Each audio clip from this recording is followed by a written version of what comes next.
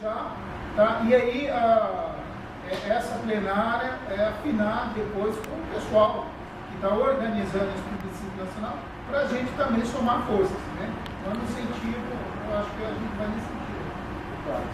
Agora é o Marco. Fala alto, irmão. Vou vir mais pra cá. Eu concordo com o nosso valor, que é importante trabalhar sobre o ponto nacional. Porque a gente está sempre junto, vai na rua, vai qualquer mais claro, né? Então precisa ter mais perto, mais chato, né? Também porque está muito claro, né? Porque os caras que estão falando, que os gastos da Copa, então, eles não vão nem ter poupado, só estão passar a eleição e a Copa, só isso. Então, tomar um pouco de cuidado nisso daí, não cuidado nisso daí, porque pega o dinheiro, volta e não faz nada. Eu acho que tem claro que eu vi, que seja isso. Outra questão é que eu acho que tem que contextualizar esse grupo, como nós pensamos na frente estadual e uniformeal, nós pensávamos que a questão da saúde mental ela não está no diagnóstico médico, e sim na ausência de direitos do cidadão que acaba trazendo o sofrimento que é inerente do sujeito, que é o sofrimento constitutivo do humano. Então, só para contextualizar, porque talvez esses movimentos não se contemplados quando a gente fala na saúde mental, porque compreende a saúde mental como sendo algo diagnosticado pelo médico, uma patologia, uma doença. Não, nós sofremos psiquicamente, diariamente, nas nossas relações de trabalho, afetivas, enfim, e por conta de que nós não temos os nossos direitos garantidos. Então, nesse sentido, é que nós acreditamos que todos os movimentos eles contemplam no mesmo lugar. Por isso que a gente sempre insiste em chamar todos os movimentos, porque penso que todos os movimentos lutam pela ausência do direito. Direito este que traz o sofrimento das pessoas. Agora, o Ed. Eu vou reforçar um pouco disso que o disseram já. Eu acho que a gente vive um momento aí bastante complicado. Eu acho que a gente vive uma ameaça de perder algumas conquistas, né, históricas. Eu acho que esse é um lado emblemático para a gente poder colocar uma postura da saúde mental na pauta das principais discussões sociais. Historicamente não acontece. Eu fico preocupado também, eu acho que é importante que Ele que tá notando. Ele que tá notando. coloque isso O Thiago que tá notando. Não. eu acho que a construção ainda está muito Depois você filma, eu vou dar uma falar. muito Você me no foca. começo. A gente vê na ponta da saúde mental, na assistência, na verdade, as pessoas não se sentindo pertencentes a essas discussões. Como é preocupante isso? A gente está discutindo saúde mental, a incompreensão da dimensão política, atividade de direitos, enfim. E as pessoas que estão vivendo diariamente a saúde mental, então, deveriam estar construindo junto com a gente, os trabalhadores lá do mundo, elas mesmas não se sentem pertencentes e não se sentem atores dessa construção. É importante a gente trazer essa discussão, que a gente enfatize cada vez mais. Eu até trago de volta, voltando um pouquinho naquela questão da divulgação da pauta, eu vejo cotidianamente, diariamente, que as pessoas acabam não tendo acesso a ele, tem questões individuais ou a falta mesmo de acesso. Acho que a gente podia se preocupar em criar canais novos, diferentes, talvez mais criativos para os serviços públicos, enfim. Porque na verdade o que a gente está vendo é que os trabalhadores de saúde mental acabam reproduzindo o que a gente está aqui discutindo, tentando desconstruir, porque acaba havendo uma fragmentação, na verdade, entre a ponta ali, as pessoas que estão, na verdade, deveriam não estar apenas na questão técnica, essencial, mas vivem diariamente isso, sofrem diariamente com esse papel, porque na verdade não se apropriam, né? Eles se sentem protagonistas, né? Não falar de protagonismo visual, profissionais, mas a gente acaba que os projetos são fragmentados, são colocados e as pessoas alienadamente vão cumprindo de forma sofrida. Em relação a uma coisa objetiva, talvez de pegar esse ano, eu senti falta nos outros anos, já discuti isso com algumas pessoas, talvez ter uma comunicação direta com os serviços, fazer uma pasta, não sei, uma mala aí, e que todos os serviços públicos possam receber isso, porque a gente vê que ficam muito dependentes de alguns profissionais que ficam mais implicados, então fica uma dependência muito grande, muitos acabam se sentindo excluídos e acabam não participando, o que acaba reproduzindo cada vez mais essa fragmentação que é super ruim para o nosso objetivo. Bom, Paulo.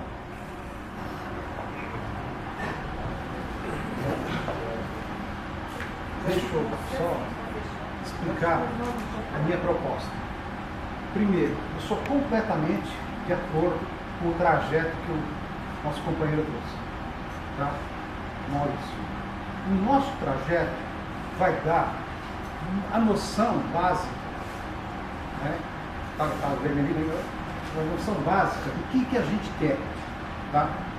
A estratégia de colocar o plebiscito como fundamental não é de fugir aos assuntos aos quais a gente sabe quais são, que a gente vem estudando e vem debatendo. É de comprometer e fazer com que as pessoas que são nossos aliados venham olhar para aquilo que a gente tem a dizer em função de uma pauta comum de todos os movimentos. Essa é a estratégia que eu quero colocar. Se a gente põe na bandeira do frente uma questão que é nacional hoje, colocada fundamental para a mudança da nossa sociedade, a gente coloca logo em seguida os nossos temas para que os nossos parceiros que hoje acham que tem que internar, é isso. Eu estava no setorial agora do PT de saúde e muita gente falando, pô, estão fechando o manicômio. Quer dizer, esses caras têm que ser esclarecidos. E eles só vão ser esclarecidos se tiver algum tema que eles venham compor com a gente e poder olhar o nosso depoimento, poder olhar o que a gente tem para falar. É essa a estratégia. Eu não fujo de nenhum assunto desse e tem que ser pautado de fato. Mas eu acho que ele não tem que só ser pautado de frente. A gente tem que realmente chamar o pessoal para se comprometer com alguma coisa. O pessoal não vai vir simplesmente para tocar na nossa banda. Se a gente não tocar na banda deles.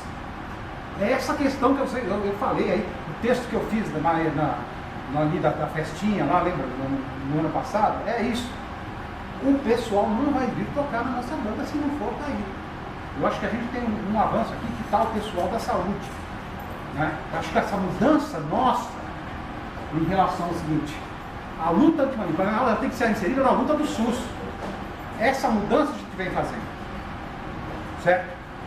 Ou seja, é a luta da reforma sanitária e da reforma psiquiátrica são as que constituem o SUS. E a gente tem que recuperar essa origem. Isso é uma coisa. Tá? Por isso que eu acho que a gente tem que pautar o 18 de maio sem nunca esquecer o 7 de abril. E está todo mundo junto, engajado para o 7 de abril de luta, onde a gente possa inclusive pautar essas questões da saúde mental, que hoje vai ser fundamental na cidade.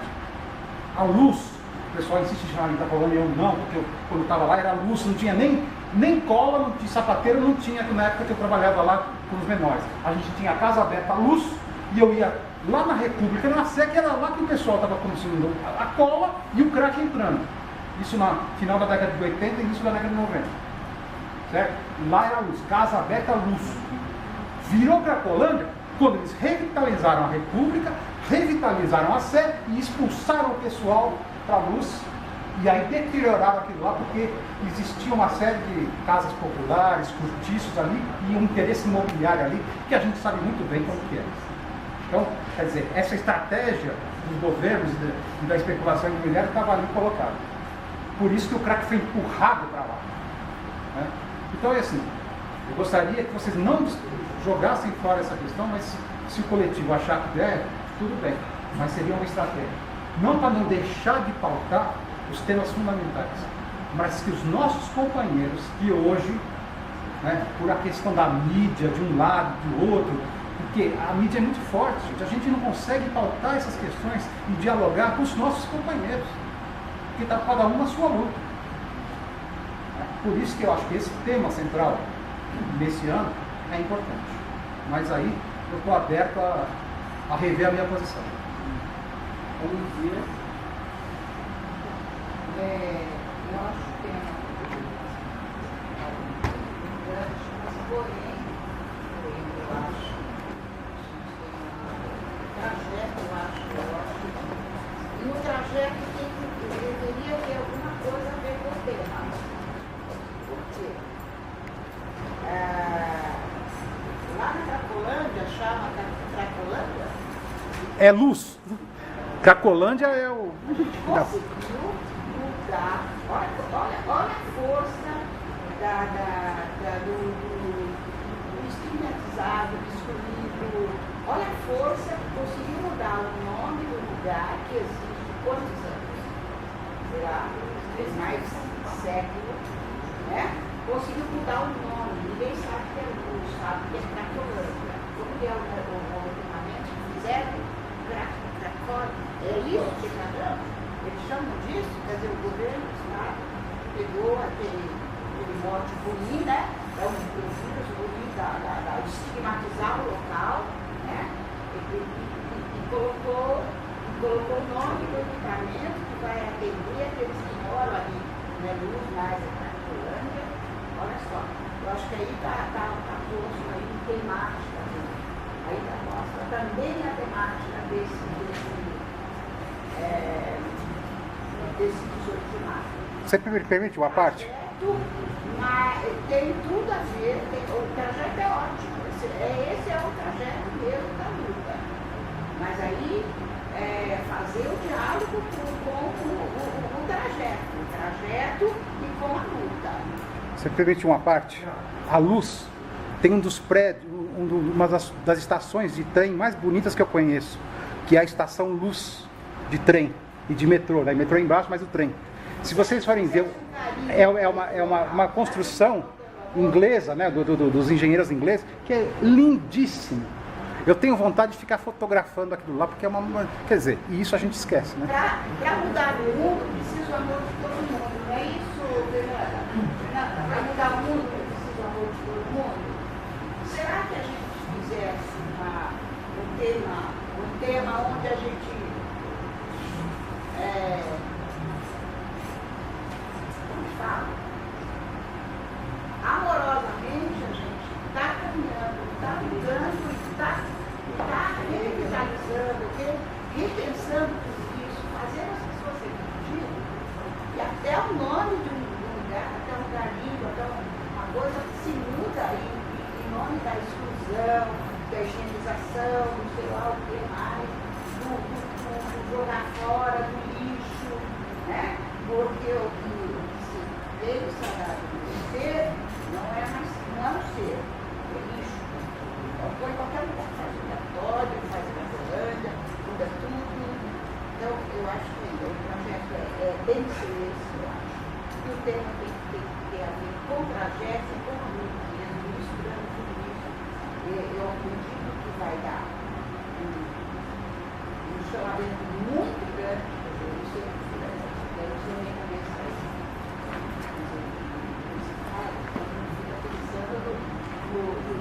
porque não existe um marketing para vender, só fazer um marketing para sensibilizar, trazer e trazer a luta para a gente, trazer o mais parceiro, né? Juntar as mãos, mudar as coisas.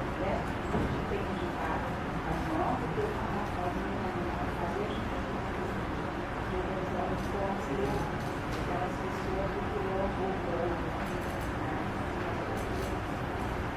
Francisco. Não. Eu concordo com ele, né, que tem uma central na saúde mental. Também concordo com o companheiro Paulo, né, que é bastante diferente. E assim, na minha opinião, assim, que seja bem. Se a gente for, né, nos outros anos que vocês fizeram, o tema tem que ser centrado, né, na saúde, mas tem que ficar centrado na saúde. Mas a gente não pode descartar, perder as oportunidades da gente pôr a reforma política. Porque não adianta a gente pensar pequeno. Tem que partir também para pensar grande. O pensamento grande é na reforma política. Por quê? Quando, na época do Fernando Henrique, tinha a CPMF, acabou quando entrou Lula, tinha né, 2004, não sei quando exatamente, e tentou se revitalizar de novo a CPMF, não consegue, porque quem está lá está mais comprometido com o interesse de quem o colocou lá, não tem comprometimento com aquele pessoalzinho lá que está sendo judiado, que está largado na rua. Então, pensando grande, tem que ir de encontro com o companheiro Paulo mesmo. A gente tem que partir de uma coisa mais ampla, visando o comprometimento, né, quando tiver o comprometimento da população e dos nossos políticos, de fato, com a saúde, porque não adianta, senão não vai adiantar. É pensar pequeno. Você é de Santos? Você falou em Santos, e eu morei em Santos muitos anos, lá tinha um manicômio, muito antigo também, Anchieta, sabe? E ali é uma casa de terror, de tortura, uma tortura geral. Thiago, quantas inscrições tem aí? E ela, na época da gestão Sim. dela, ela fechou, e ela ficou Próxima fala, você fala que vai encerrar. tão eficiente, sabe? Inclusive eu tinha familiares doentes e eles estavam lá jogados naquele ambiente de tortura, naquele hospital cheio. Então, a gente pensando grande, a gente tem que pensar na reforma, a gente tem que ter políticos que verdadeiramente se comprometa com a classe que mais necessita. E não ficar enriquecendo mais a elite, a nossa elite. Então, por isso é que eu concordo de encontro com a fala do Paulo. Mas eu também não descarto, não sei se vai dar para envolver os dois, não pode descartar, naturalmente. E eu pensei, né, a gente precisava, assim, uma CPMF a gente precisava ter mais dinheiro para ser aplicado na saúde. Por que o político de um partido teve tanto dinheiro, não usou, quando chega um outro e se acaba? Porque, sabe, nem que seja PT, ou PSDB, ou PTB, não interessa. Interessa que tem que ter o dinheiro disponível para a saúde. E seja qual partido for. Então, é por isso que eu acho que não pode perder essa oportunidade, a oportunidade que a gente está tendo, não, a gente não pode perder. Nesse sentido, gente. Mas. Nós vamos assim, aí a gente tem para encerrar esse ponto. Vou botar a listagem. Moacir, depois a Fernanda. As pessoas estão falando muito, então é isso, tá? Fernanda, depois é a Magali. Aí depois vem o Guilherme, depois o Magali, depois o Guilherme vai o Rafael, depois o Rafael vem o Maurício, depois o Maurício é o Paulo de novo, depois do Paulo vem o Leonídio. Tá bom? Na última fala, encerra. Na próxima fala, encerra. A Fernanda também. Na fala do Moacir, a gente encerra as inscrições, tá bom? Vai lá. Ó, eu entendo a sua preocupação e a preocupação do povo. Mas a gente está falando da manifestação do dia 18 de maio, que é o Dia Nacional da Luta Antimanicomial. A gente não está discordando aqui de apoiar a plebiscito. Só que o modo central tem que ser a luta antimanicomial no dia da luta antimanicomial. Eu acho que sim, eu concordo plenamente com o Paulo, que nós temos que ter um diálogo entre o nosso mote e o mote do dia 7 de abril. E eu acho que o mote muito grande que a gente tem disso é, por exemplo, o financiamento do sistema único de saúde. E nós temos, pela primeira vez agora, um ministro que se pronunciou claramente a favor da luta antimanicomial e nós temos um Estado que não financia a rede de atenção psicossocial. Eu acho que a gente precisa bater firmemente no financiamento da rede de atenção psicossocial. Sim, que o Estado não financia e que nós também queremos que o governo federal financie mais, porque os municípios estão ficando estrangulados. Então, eu acho que um mote bem importante para a gente é o financiamento da rede de atenção psicossocial. Depois disso, a gente tem que colocar junto, esse é o nosso mote principal. A gente é contra as comunidades terapêuticas, mesmo porque está lá na RAPS, e a gente tem que bater nisso. É financiamento da RAPS, só que sem comunidade terapêutica. A gente tem que bater pelo fim das instituições asilares, temos que bater inclusive no curatório. Porque o curatório é uma instituição que está sendo usada para a internação compulsória das pessoas. Que ele seja transformado no equipamento comunitário. Não é bem o fim do curatório, ele seja transformado no equipamento comunitário. Então, a gente tem a unidade experimental, também é financiada pelo estadual. Temos os hospitais de custódia de tratamento psiquiátrico. Então, acho que é por ali que a gente tem pelo financiamento da RAPS e pelo fim dessas instituições. Acho que não tem muito segredo, mas eu acho que a gente ainda precisa, depois de definir qual que é o nosso tema central, definir qual é o nosso slogan para o dia. E aí é um outro passo. Definido esse nosso tema central, a gente falar qual que é o nosso slogan. Mas eu acho que está ali o financiamento da rede de atenção psicossocial, pelo fim das comunidades terapêuticas, pelo fim pela transformação do tratamento numa equipamento comunitário, pelo fim da UA, da UF, que a gente fala UAF, e pelo fim do uso da STP. Precisa bater. Pode seguir a pergunta. Oi? Pode. Gente, acabou. Ó, acabaram as inscrições, tá? Aí a última é a Raquel, que foi. Vamos fechar aqui na porta. Você não perdoa, né? Paulo, Não chega a saber que hoje faz a chama para a apresentação dos três ali, ó. Tá, deixa eu chamar o pessoal que chegou, companheiro dos direitos humanos, o pessoal se apresenta só para ficar registrado. Sou Rodrigo Marques Oliveira, coordenador nacional do Governo Nacional de Direitos Humanos. O Léo Pinho ninguém conhece. Leonardo Pinho, sou da Rede de Saúde Mental e Economia Solidária e a Associação Brasileira de Saúde Mental. Quê? Não, é que esse não foi citado. É resumo. Gente, ó. Deixa ela, companheira.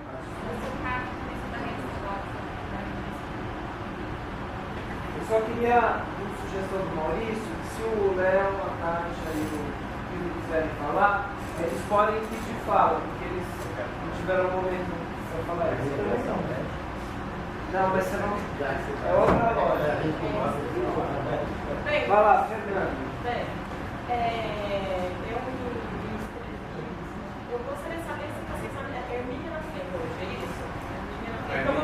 Não vem, não vem. aqui, mas depois ela foi embora e ela vai tentar chegar mais tarde, mas provavelmente não consegue chegar. Ah, por quê? Por que eu estou perguntando?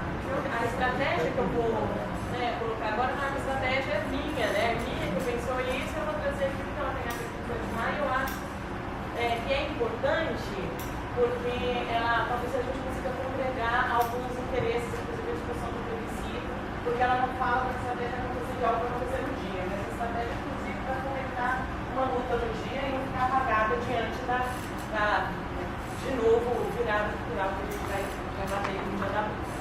Ela tinha pensado, na frente da Paulo Freire, fazer um 18 de maio itinerante e circular aí pela periferia e não só pelos bairros, todos os bairros, mas também pela Grande São Paulo, né? Outras cidades que nós temos aí de pessoas que participam. Então, só deixa eu esclarecer uma coisa.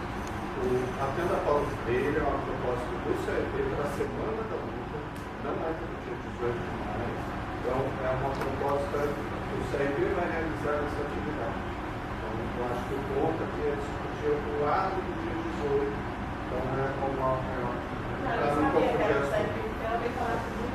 Então, mas isso é do CEP, que é para a Semana da Luta Antimanicomial, não é para o dia da luta antimanicomial. Mas isso não é uma estratégia que a gente faz as pessoas? Pode ser divulgado lá, mas não é. Até podemos propor pautas para lá, então se você vai propor participação dos movimentos, tudo, mas é para a Semana da Luta, talvez mês da luta, ter 3 stand-up Paulo Freire, tudo, mas não é outro grupo. Então nós vamos ignorar a semana da luta, então eu vou fazer uma estratégia, então agora é minha.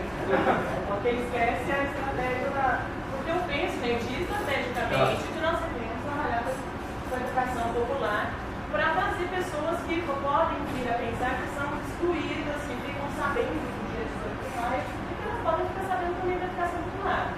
Que é uma forma realmente muito eloquente, realmente agregadora, né, de pessoas. Porque o que a gente tem feito é divulgar entre os mesmos movimentos, a gente não está fazendo tudo pra gente, né? A gente não faz isso para quem já está incorporado aí no movimento da causa, não é? A gente faz um movimento para todos. Foi muito interessante debater no ano passado com a virada, porque tinham pessoas que foram para a virada e descobriram que havia algo chamado de antimanicomial que tinha uma proposta, mas eu acredito que se nós conseguirmos os serviços, fazer toda uma estratégia, uma caminhada, que não seja na semana do 18 de maio, mas que seja bem anterior a isso, uma longa caminhada, para ir trazendo não só movimentos, mas pessoas realmente se interessam, eu acho que vai ser mais interessante. Fazer esse trajeto. A gente vai fazer uma programação que é como se fosse uma propaganda mais viva. Não, mas na verdade é a educação mesmo.